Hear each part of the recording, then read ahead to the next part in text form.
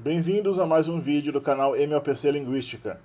Meu nome é Maurício Carvalho e nesse vídeo a gente vai ver seu Englische Sprach, a língua anglo-saxônica, ou seja, o inglês antigo, a língua que dominava nas Ilhas Britânicas logo depois da invasão germânica da Grã-Bretanha por volta do ano 450 depois de Cristo. A ilha da Grã-Bretanha originalmente era habitada por povos célticos, seriam os antigos bretões, os antigos britônicos, como foi relatado pelos antigos geógrafos e exploradores romanos e gregos que visitaram a região na Antiguidade.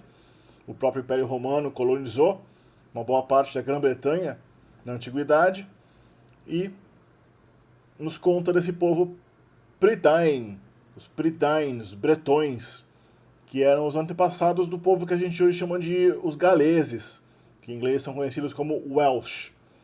Essa região conhecida como Wales, em inglês, que foi a única região da Grã-Bretanha onde os antigos bretões se refugiaram, né? Sendo que os escoceses são linguisticamente o resultado de uma invasão irlandesa posterior. Mas isso tudo, a história dos povos célticos da Grã-Bretanha está explicado nos 3 vídeos de línguas célticas aqui do canal, já postado faz um tempo, especialmente na introdução às línguas célticas que vocês acham aqui no canal, junto com depois gramática e fonética e vocabulário de céltico.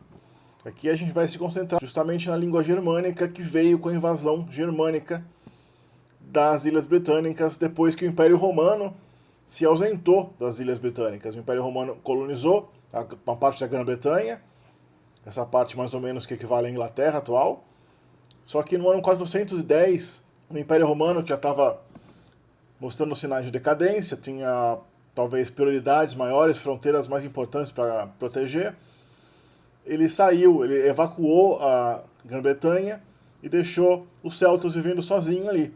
Cerca de 5 ou 6 décadas depois, os povos do norte da Alemanha, da Escandinávia, acabaram se juntando, formando uma federação. Os saxões, os jutos e os anglos formaram uma união e juntos invadiram a Grã-Bretanha, estabeleceram como os dominantes dessa região que veio a ser a Inglaterra com o tempo, nesse início da Idade Média, entre o ano 460 d.C. aproximadamente, até o período do século XI, por volta do ano 1066, quando a Grã-Bretanha foi invadida pelos normandos, que levaram uma língua latina, e daí para sempre mudaram a trajetória da língua inglesa. A língua anglo-saxônica antiga virou o inglês médio, fortemente influenciado pelas línguas latinas, que deu origem ao nosso inglês moderno, que é essa língua que todos nós aprendemos, é a língua do mundo, a língua mais importante do mundo atual. Mas isso também vai ser contado em um vídeo posterior sobre a história completa da língua inglesa. Aqui a gente vai se concentrar justamente na versão mais antiga do inglês, o anglo-saxão. Aqui no mapa das línguas germânicas a gente vê a árvore evolutiva da família germânica de línguas. A gente tem as línguas escandinavas lá para cima. O ramo ocidental é bem confuso, porque tem uma série de confluências e bifurcações um tanto difíceis de entender.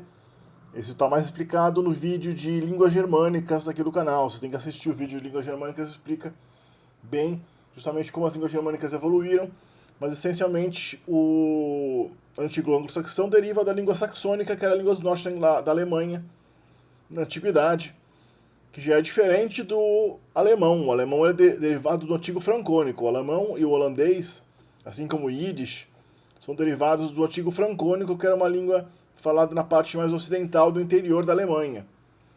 O saxão era a língua falada no norte da Alemanha, e a língua falada pelos jutos devia ser alguma forma também aparentada ao frísio, e os anglos, que era um povo que vivia por ali por perto, na região que é hoje o Schleswig-Holstein, o sul da Dinamarca, o norte da Alemanha, falava provavelmente algum tipo de frísio, né? Então, os frísios também participaram da invasão, invadiram junto com os jutos, anglos e saxões, ajudaram na invasão da Grã-Bretanha e formaram esses antigos reinos anglo-saxônicos, né? Curioso que, de todas essas etnias, foi justamente o nome dos anglos que sobreviveu para designar a nação germânica que existe na Grã-Bretanha atual, que são os ingleses, a Inglaterra, né? A palavra anglo provavelmente vinha do termo angustus, anglos, eng, tem a ver com eng, que é algo estreito, pelo fato dos anglos virem dessa região que é uma península estreita da Dinamarca. Eles talvez fossem chamados por causa disso ou por causa da pescaria, já que angeln, das línguas germânicas, como em alemão, designa o ato de pescar. Saxões deriva da antiga palavra que designava a espada que eles usavam, a saxa, né? Como a gente vê aqui, os povos germânicos então invadiram a Grã-Bretanha e deslocaram os povos célticos cada vez mais para longe, que acabaram ficando restritos à região de Gales e à região da Cornualha, que é o sudoeste da Grã-Bretanha. O galês essencialmente é a língua britânica, né? O galês é a língua que seria a língua de toda a região que a gente chama de Inglaterra hoje, toda essa região da Grã-Bretanha ao sul da Escócia, muito provavelmente falaria algum tipo de galês hoje se não tivesse sido a invasão germânica dos anglo-saxões de frísios e jutos. A gente tem aqui um mapa da Grã-Bretanha em galês. Os galeses chamam a Inglaterra de Loegr e a língua inglesa de Sassenag, que vem de saxônico. Loegr não se sabe de onde vem. Os próprios celtas da região da Grã-Bretanha se chamavam de Prytain, que significa povo da pele pintada, povo pintado. Prytain significa pintado, adornado com imagens na pele, né? Então o anglo-saxão se dividiu nesses principais dialetos. O merciano, que é essencialmente a origem do inglês moderno, o principal dialeto. O saxão ocidental, o Kentish, que tinha uma influência um pouco mais juta. E o nortumbriano, que também sofreu uma influência muito forte das línguas escandinavas. Antes da invasão normanda de 1066, houve uma outra invasão que é chamada de Danelaw. A Danelaw, a lei dinamarquesa. Foi uma invasão da região que é o nordeste da Inglaterra, pelos escandinavos, pelos dinamarqueses, que acabou gerando uma influência escandinava muito forte sobre a língua inglesa. Aqui a gente já vê o mapa da Grã-Bretanha e da Irlanda no ano 1000. Depois da invasão germânica, a gente tem já toda a Inglaterra dominada pela língua germânica, inglês antigo, o céltico em verde, em azul, aí já cada vez mais restrito, e isso acabaria sendo realmente uma tendência até o século XIX, século XX, que levaria as línguas célticas da região praticamente à extinção. E toda essa civilização anglo-saxônica realmente praticamente acabou. Não digo que acabou perfeitamente, porque ela continuou, como os ingleses, né, mas sofreu uma brutal mutação, uma invasão dos normandos. Os normandos eram um povo escandinavo que tinha invadido o norte da França na Idade Média, mas eles tinham perdido a língua deles. Falavam um tipo de língua românica, um dialeto do normando, uma língua similar ao francês medieval. Essa língua normanda foi levada à Inglaterra com a invasão normanda, em 1066, e se tornou a língua da aristocracia, da elite, da classe dominante da Inglaterra e de toda a Grã-Bretanha, por pelo menos uns 300 anos, chamada língua anglo-normanda.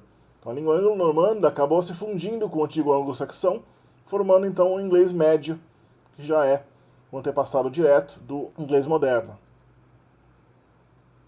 E antes de prosseguir com o nosso vídeo de anglo-saxão, não se esqueçam que 95% da dificuldade de aprender uma língua é o vocabulário. Por isso eu criei esse dicionário chamado Intuicionário, que eu já lancei na internet. Tá online, vocês têm aqui no link abaixo como acessar o dicionário. Tem uma versão paga, tem uma versão gratuita, que vocês acessam diretamente no link.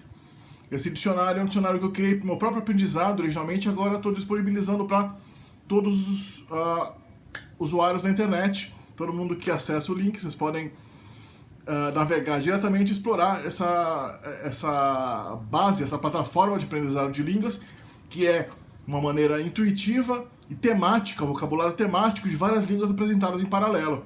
Vocês aprendem, por exemplo, inglês, francês e alemão, vocabulário paralelo e organizado por temas como frutas, bebidas, profissões, parentesco, termos de parentesco, partes do corpo, formas geométricas, tudo organizado por temas e também com todas as formas gramaticais das palavras, verbos irregulares conjugados, o gênero das palavras, plurais irregulares, regência preposicional, a distinção entre verbos transitivos e intransitivos, todo esse detalhe gramatical, né, com a qualidade aqui que vocês conhecem do canal MOPC, né, vocês já imaginam a qualidade do dicionário baseado na qualidade aqui do canal. Então, se vocês querem entrar no dicionário, entrem aí no link abaixo, vocês vão saber como acessar o dicionário na internet.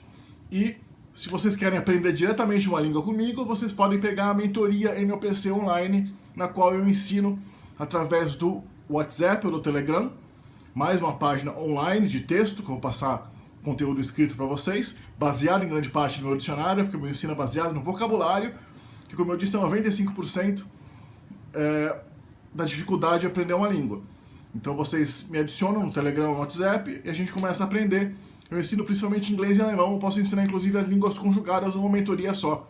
Vocês pegam uma mentoria só sem pagar mais, já pode aprender, por exemplo, inglês e alemão, que é o pacote que eu mais vendo, combinação mais comum, inglês e alemão num pacote de aprendizado só.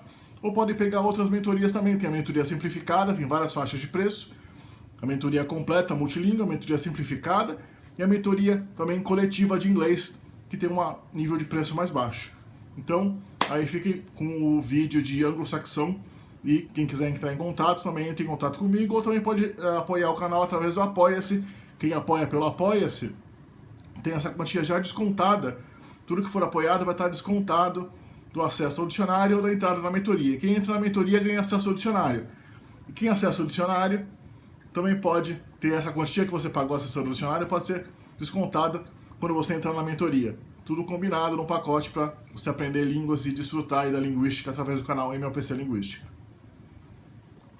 Passando agora para a fonética do anglo-saxão, do inglês antigo. A gente vê que o sistema consonantal do inglês antigo lembra um pouco do inglês moderno. Eles têm bastante sons em comum com o inglês moderno, como os sons interdentais tha e dha, que já eram bastante comuns no inglês antigo, continuaram existindo no inglês moderno. Mas a gente também tem o som cha e ja. Esse som ja, após alveolar ja, é bastante incomum nas línguas germânicas, mas já existia no inglês. O R do inglês antigo não era ainda esse R retroflexo, que se tornou predominante no inglês a partir só do século XVII, provavelmente. Foi uma tendência, segundo os registros, mais nortista, que acabou se espalhando para o inglês no geral, e por volta de 1680, 1720, a maioria dos ingleses passou a pronunciar o R como Ra.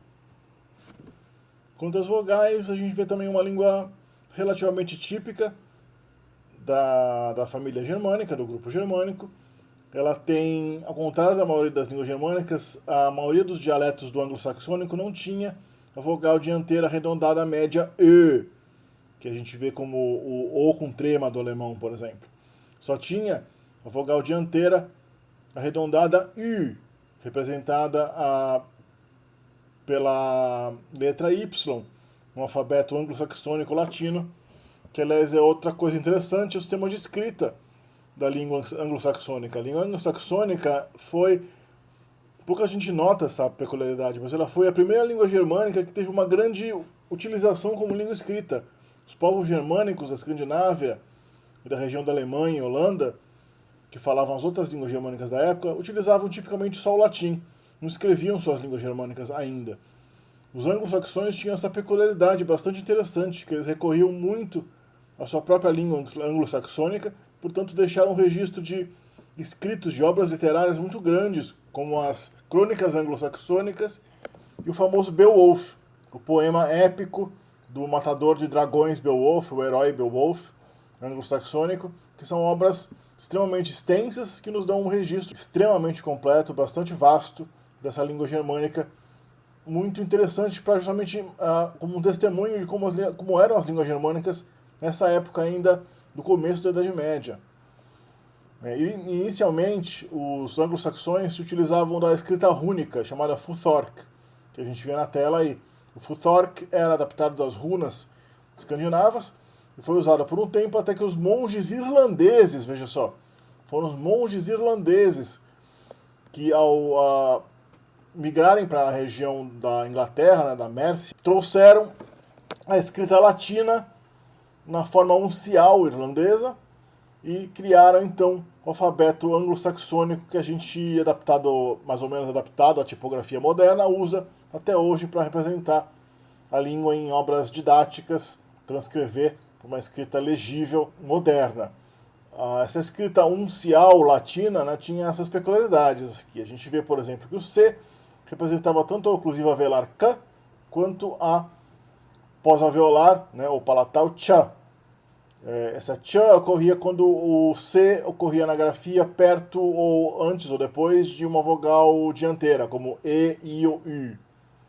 Mesma coisa o CG, que representava J, geralmente. J. O SC, ele variava também, mais ou menos, entre o chá e os K. Esse som K geralmente ocorria antes de vogal central ou traseira, como A e O.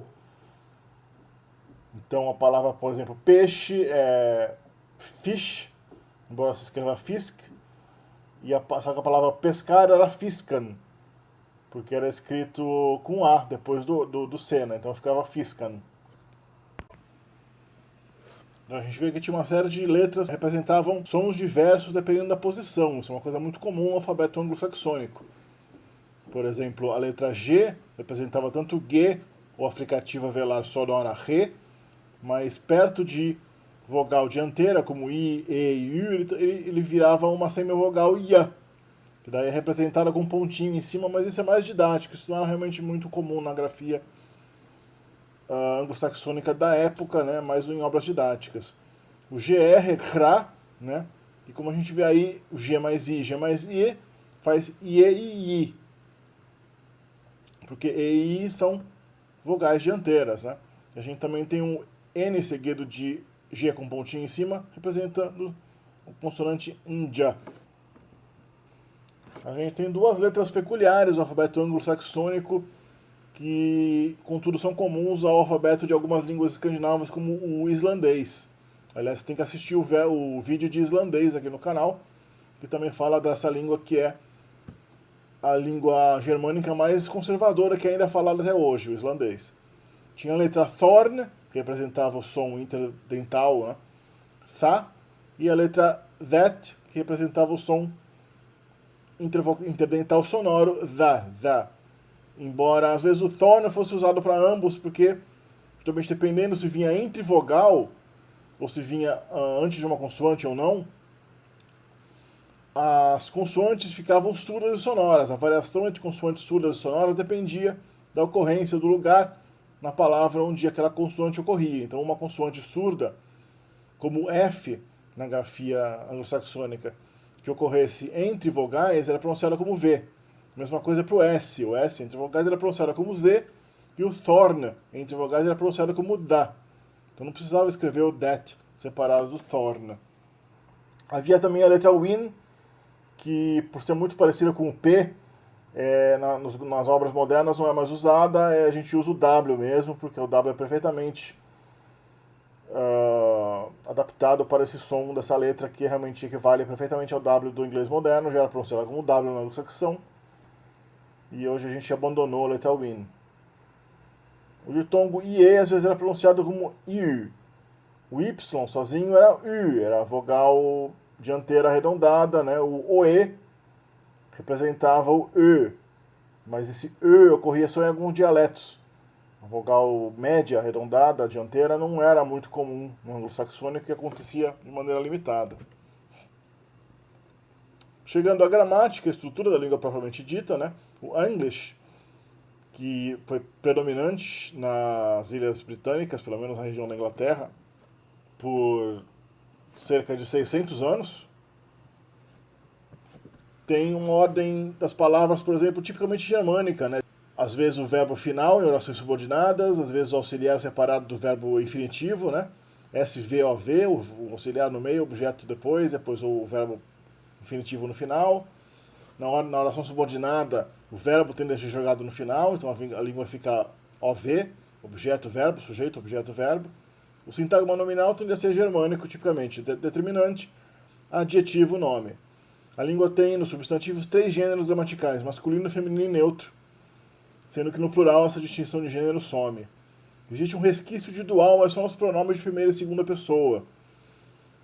E o sistema nominal ainda é marcado por uma declinação contendo tipicamente 4 casos: nominativo, acusativo, genitivo e dativo, com às vezes um resquíciozinho de instrumental em alguns pronomes e alguns substantivos também. Aqui a gente vê o quadro pronominal do antigo anglo-saxônico. Na coluna do meio a gente vê o dual, uma peculiaridade bastante interessante, que era bem comum nas línguas indo-europeias antigas, as línguas germânicas, claro, sendo indo-europeias, tinham ainda, especialmente nos pronomes e alguns substantivos, esse plural de dois, que era o dual, mas já no próprio anglo-saxão essa distinção do dual se perdeu, não era tão usada, né? Então a gente tinha mais o singular e o plural mesmo, nos quais a gente vê claramente a origem dos pronomes ingleses modernos. A gente tem o it, que é o I do inglês moderno, né? O acusativo e o dativo são iguais nos pronomes, a gente tem me. O genitivo min seria equivalente a meu, né? No dual a gente tem o estranho wit, né? Wit são nós dois, na forma objeto unk, uncher e unk. Que interessante, né? Completamente diferente, desapareceu completamente do inglês moderno. A gente tem que dar uma olhada no islandês para ver aí no resquício de dual também. No plural, we e us, ura, né? Então a gente tem o we, o us e o our do inglês aí perfeitamente aí. Na segunda pessoa, o inglês moderno perdeu realmente o pronome do singular, né? Não tem tanto o thu do inglês antigo, virou o thou no inglês moderno, só que a gente não usa mais, o inglês não usa mais o pronome thou. Foi o pronome de plural aí, esse ye, que tinha a forma oblíqua yo, né? Yo, esse yo aí que é a origem do you no inglês moderno, né? O you no inglês moderno originalmente era a forma oblíqua do pronome de segunda pessoa do plural.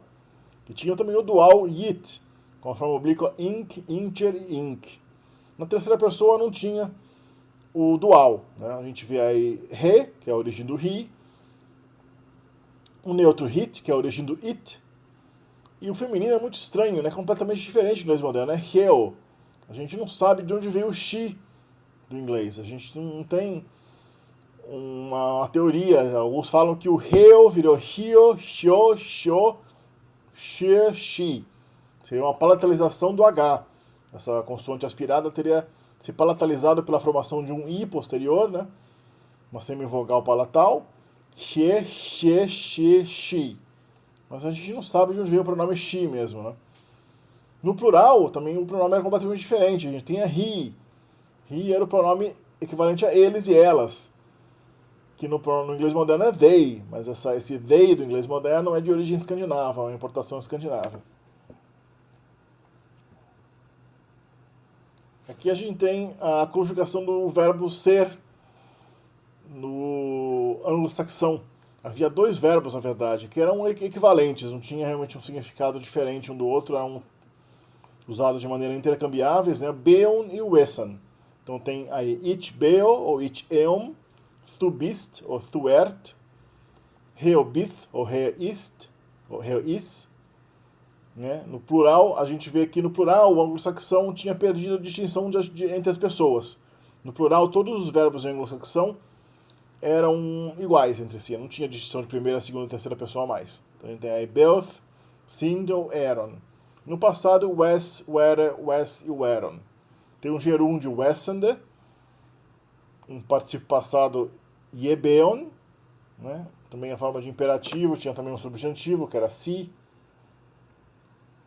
Aqui a gente vê como era no saxão, o saxão mesmo, o saxão do norte da Alemanha, aquele que ficou no norte da Alemanha, era bem parecido, né? Na verdade é melhor a gente colocar os dois juntos aqui, numa tela só, para a gente comparar como era o saxão das Ilhas Britânicas em contraste com o saxão da Alemanha, que naquela época, mais ou menos nessa época que a gente tem o registro da língua saxônica, fazia já alguns séculos que as línguas tinham se separado, né? Que o anglo-saxão tinha se separado do saxão continental.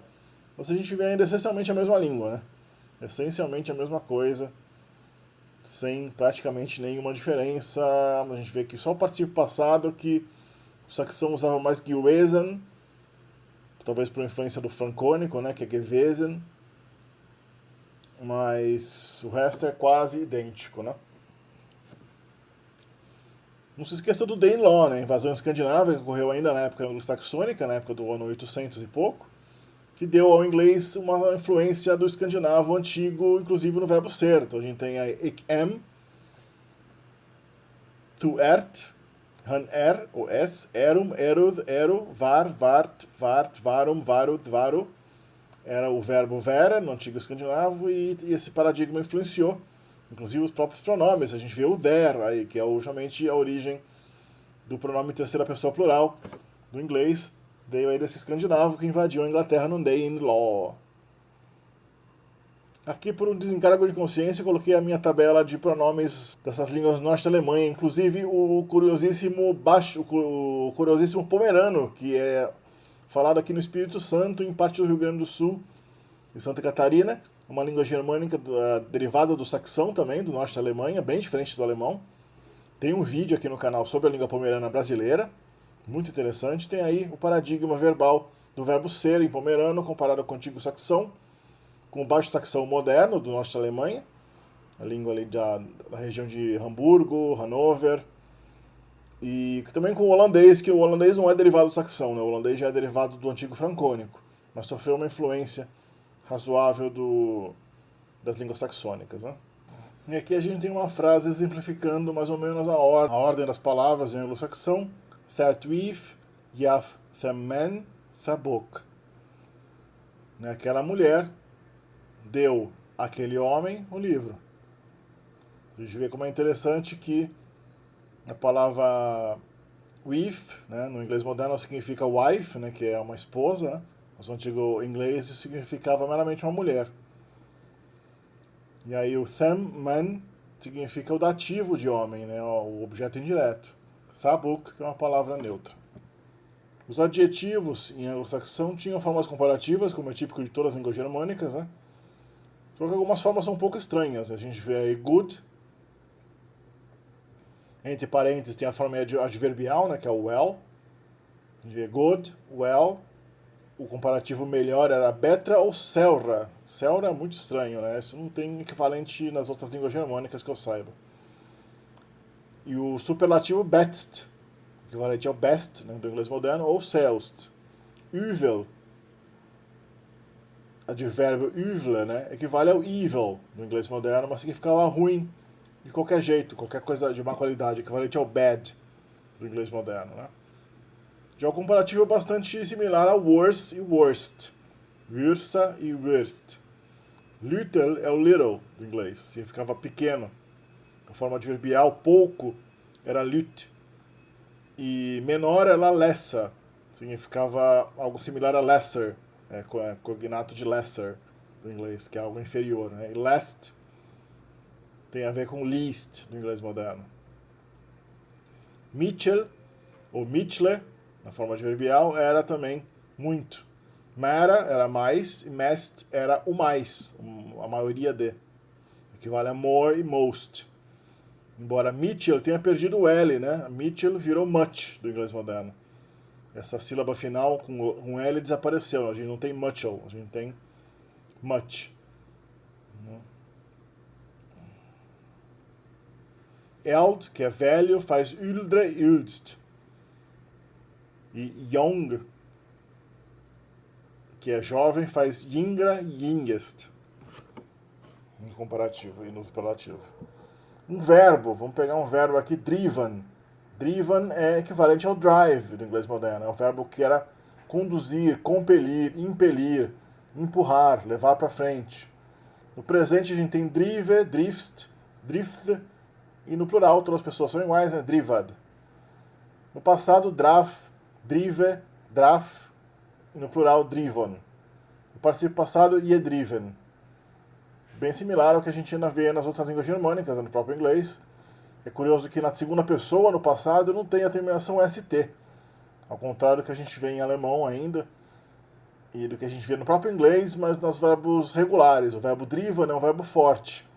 O verbo cujo passado é feito pela mudança da vogal, não por um sufixo.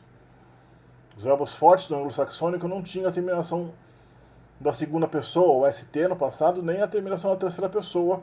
Mas até aí tudo bem, na terceira pessoa realmente nenhuma língua germânica tem a terminação no passado, né?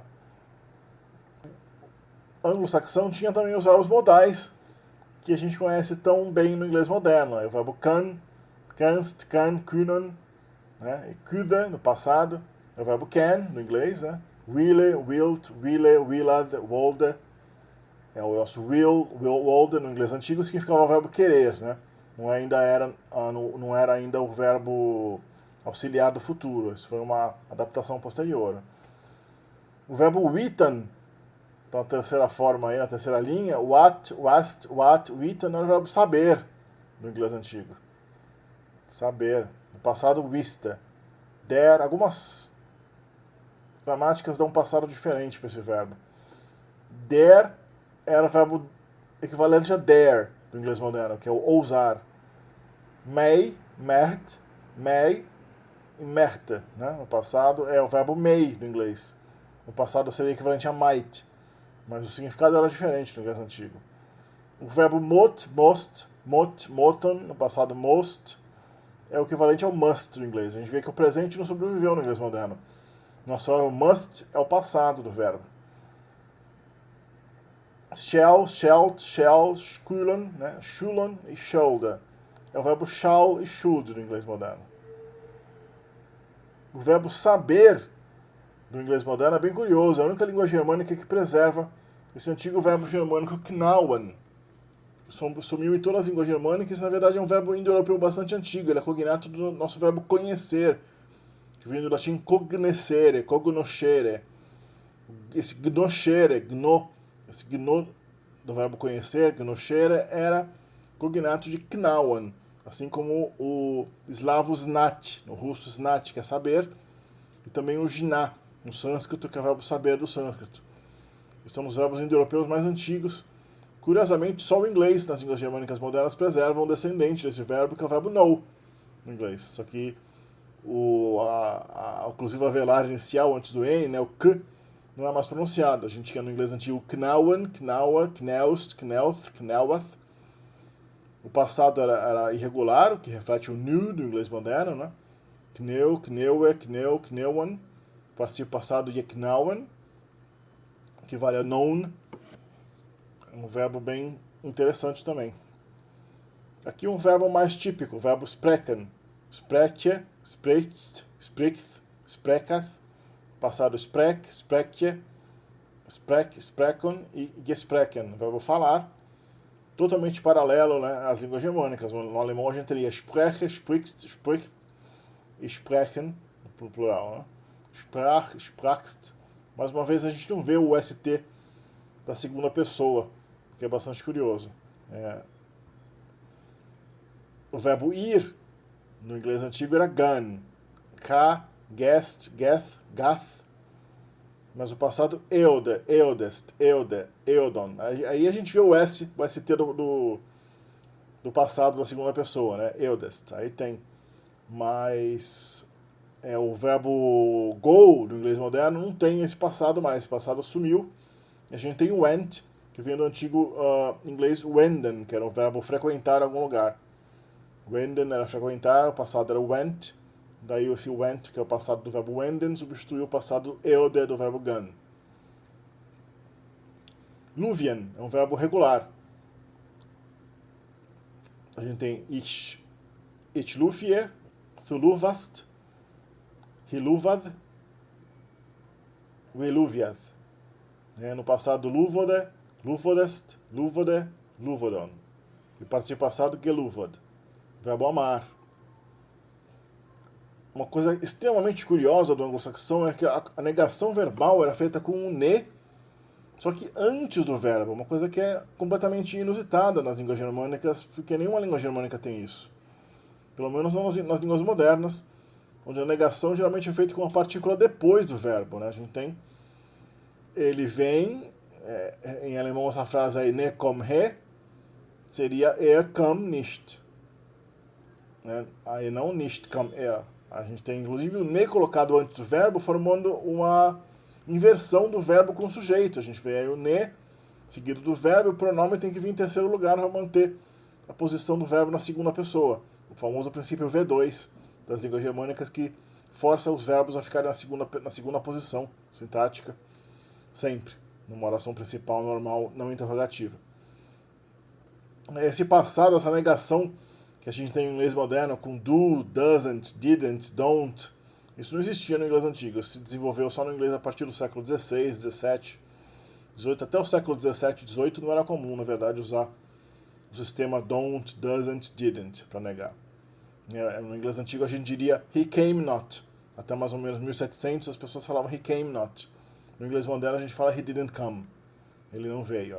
Alguns verbos tinham esse ne da negação prefixado diretamente, ele se fundia com o verbo. Então he was, que é ele era, vira renes, ele não era. Ich will, vira ich nille, eu não quero. O inglês antigo, ao contrário das línguas germânicas modernas e do inglês moderno, permitia a negação dupla. Ou seja, que houvesse duas palavras negativas, mesmo assim sem tirar o aspecto negativo da frase, o significado negativo. Nemete nan gebun land. Não encontrou ele antes nenhuma ocupada terra. Então a gente tem o ne e o nan, que é ne é não e nan é nenhuma ocupada terra. Ele não encontrou nenhuma, como nas línguas latinas, o inglês antigo permitia a negação dupla, sem que passasse a significar positivo, afirmativo. Ich jehate that ich nevre ma thin ne tuelje. Eu prometo que eu nunca de novo não te duvido. Literalmente. Ou seja, eu prometo que eu nunca vou duvidar de ti novamente. Ich jehate that ich nevre ma thin ne tuelje. A gente está nevre, que é o never.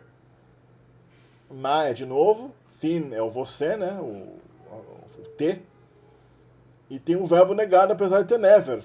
Never netueia. Nunca não duvido. O inglês antigo, o anglo-saxão, era rico em construções impessoais, que são completamente impossíveis no inglês moderno. Por exemplo, o verbo thinken, que não deve ser confundido com o verbo thinken, que era o verbo pensar. Com o tempo, esses dois verbos se fundiram no inglês. O inglês médio ainda tinha um significado similar aí ao thinken no original, que era parecer. Me thinked, literalmente era me parece. Você não precisava colocar um pronome sujeito obrigatoriamente no inglês antigo. Veja que curioso, né? Como uma coisa... Essa obrigatoriedade do pronome sujeito não era ainda uma coisa das línguas germânicas total naquela época. Me thinked, me parece. Me thuchte, me parecia. Me pareceu. Observa que o verbo thinken, que é pensar, fazia o passado thought. Né? É a origem do verbo think, thought, do inglês, pensar. Então, no inglês médio, né, com a de Chaucer, até mais ou menos Shakespeare, né, a gente vê expressões como methinks. Methinks era me parece. Nas obras de Shakespeare, nas obras de Chaucer. Chaucer viveu em 1300 e pouco, né? Shakespeare viveu em 1500. Em Shakespeare já estava bastante arcaica essa construção. Mas em Chaucer era bastante comum. O poeta Chaucer, que é a maior expressão literária do inglês médio, ainda usava um descendente disso aí. Embora o inglês naquela época já não distinguisse entre o thinken e o thinken. Me mete, né, literalmente me sonhou. Isso é uma coisa bastante curiosa das línguas do mundo. Tem muitas línguas que fazem o verbo sonhar dessa maneira. O próprio russo também não fala que uma pessoa sonha. Aquilo sonha para a pessoa, né? A pessoa que é sonhada por alguma coisa. O sonho atinge a pessoa. Quem está sonhando é o objeto do verbo. Him ofreu das manas.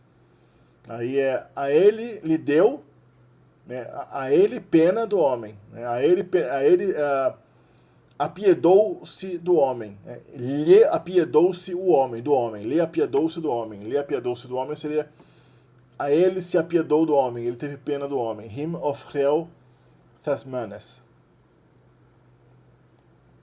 A declinação bem germânica, mas com umas peculiaridades. A gente vê que o artigo definido no antigo saxônico era, na forma nominativa singular, era começado com a letra S, né? Uma coisa estranha, né? No masculino. A gente vê a declinação da palavra König, que era o rei. König, se König era o rei, tá Königas era os reis, singular e plural, no nominativo.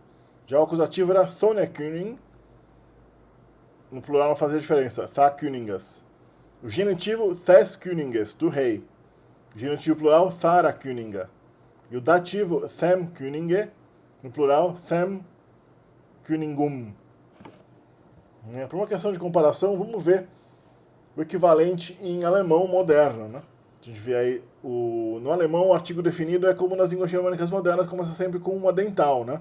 não tem esse S mais, não sei de onde veio esse S do anglo-saxão, né? Mas as formas oblíquas começam com Tha, né?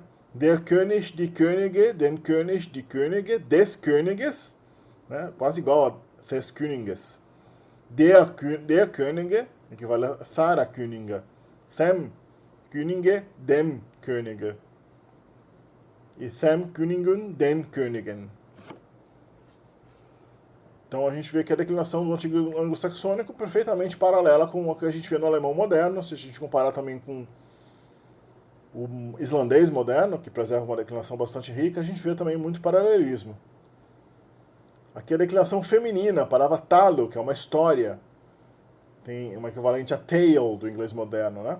Seu, o artigo feminino já era diferente, seu, mas começava com S também.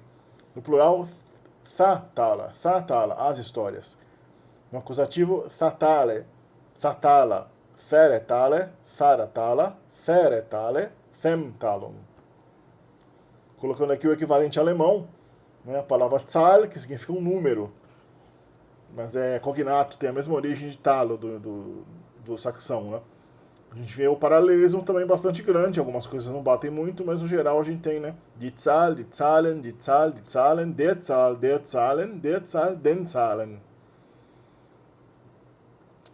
O alemão se caracteriza justamente pela mutação do T inicial das línguas germânicas antigas em C, né? Uma fricativização, uma lenição.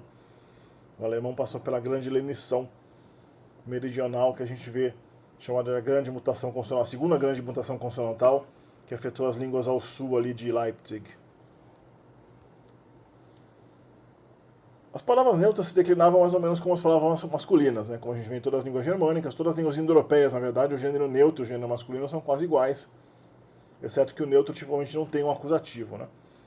O plural das palavras neutras era bastante irregular. O plural, no geral, das palavras anglo-saxônicas, como é típico das línguas germânicas, é bastante irregular. A gente tinha um plural em U, no caso do neutro aí, that ship, o navio, that shipo, os navios, that havod, a cabeça, tha havdu, as cabeças, that word, aí não muda, tha word, that thing, tha thing, that ege, tha egen, that thing é word, é palavra, thing é coisa, eie é olho, e era é orelha, ouvido.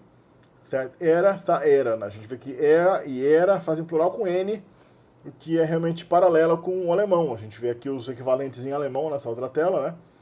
Schiff, Schiffe, Haupt, Häupter, Wort faz plural tanto Wörter quanto Worte, Ding, Dinge, Aug, Augen, aí a gente vê que também faz plural com N também, né? Isso é bastante anômalo.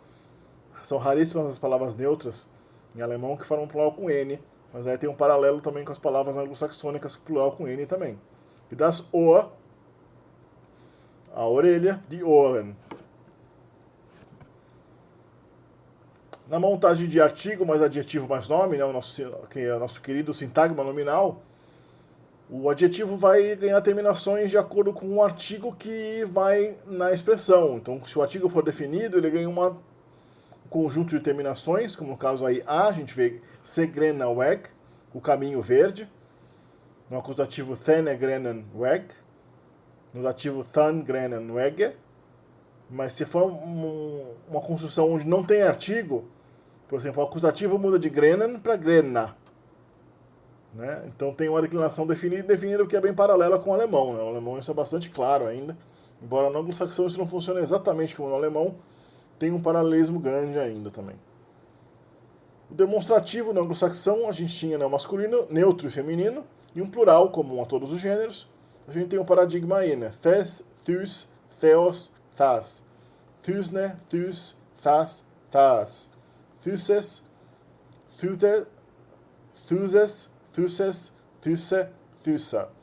Thusum, thusum, thuse, thusum. Equivalente a esse, essa, esses, essas. E o interrogativo equivalente ao quem, no caso é o hua, o animado, masculino e feminino, e o neutro equivalente ao o que, wet, hua, wet, huone, huer, hues, hues, huem, huem e huem, hui. Vê que o interrogativo preservava ainda um instrumental separado do dativo, pelo menos na forma neutra, né? Com o que? Esse hui seria equivalente ao com o que? Por meio de que? Por qual maneira? De qual jeito? Como? Né? E aqui a gente vê os numerais em anglo-saxão, tanto as formas cardinais quanto ordinais. An, tueien, tinha também uma forma feminina tua. Acho que o tu do inglês moderno vem da forma feminina, né? Twy. Thru, feor, vif, syx, zelfen, erta, nion, tun, endlovan, 12, treothune, 20, and 20. Observa que as unidades das grandes dezenas eram feitas de maneira invertida como no alemão moderno. E no holandês também. An and 20, 1 e 20, não 21. 30, hundzeufondig, e as grandes dezenas eram feitas de uma maneira bastante estranha, né? Hundzeufondig, né? Em vez de meramente selfondig, a gente tinha hund, que parece ser 100, e selfondig, que é 70. 100 mais 70. Eu não sei por que os numerais são assim, em anglo-saxão, né? A gente tinha a palavra 100, hundtöntig. Seria o 100 mais a palavra dezena, né? Estranho. 110 seria hund and leovantig. Interessante, né? Os ordinais, né? Forma, fürsta, fürmest, oder. Observa que o segundo, originalmente, no inglês, era oder. Como no escandinavo, né? Nas línguas escandinavas, a palavra under significa tanto segundo, no sentido de um numeral ordinal, né? Primeiro, segundo, terceiro, quanto também um segundo no sentido de um outro. Então a gente vê a palavra other, essa palavra other aí do antigo saxônico é o equivalente ao other, é first e other. Segundo era other, em inglês. Depois frida, ferda, fifta, systa, syksta, zelfada, erta, nigoda, teoda, etc. Bom, espero que tenha sido bastante satisfatório esse vídeo, né? Se vocês quiserem entrar em contato para mentoria de inglês, eu ensino inglês, eu ensino alemão, eu ensino sueco, eu também ensino algumas línguas eslavas e latinas, entre em contato comigo, né? A gente pode aprender junto, você é seu tutor, seu mentor, pela internet, né? Não tem um conceito de aula, né? A mentoria é constante, eu coloco você no meu Telegram, no meu WhatsApp, e você aprende constantemente comigo o idioma, sem que haja necessariamente uma hora marcada, embora a gente vai ter algumas chamadas por mês, por semana, uma chamada de vídeo, ou de áudio, se você quiser, e a gente pega o conteúdo, né, do inglês, o alemão e outras línguas que você quiser, e pode combinar duas línguas numa mentoria só, né? Não esqueça também de entrar para o dicionário, MOPC Linguística, aí, o intuicionário, como já colocado no começo do vídeo, né? Porque realmente ficar fora do dicionário é uma furada, tá? Você vai perder a melhor maneira de aprender vocabulário de uma língua é através do intuicionário. O link está abaixo. Também não se esqueça de entrar para o meu Apoia-se, para você prestigiar aqui meu trabalho no canal, e o valor que você apoiar lá no Apoia-se vai ser descontado na mentoria ou até mesmo do dicionário. Então, se você tiver uma sugestão de vídeo futuro, se você tiver alguma dúvida sobre o vídeo, se tiver correções também para passar para mim, passem aí no comentário por baixo. E a gente se vê no próximo vídeo.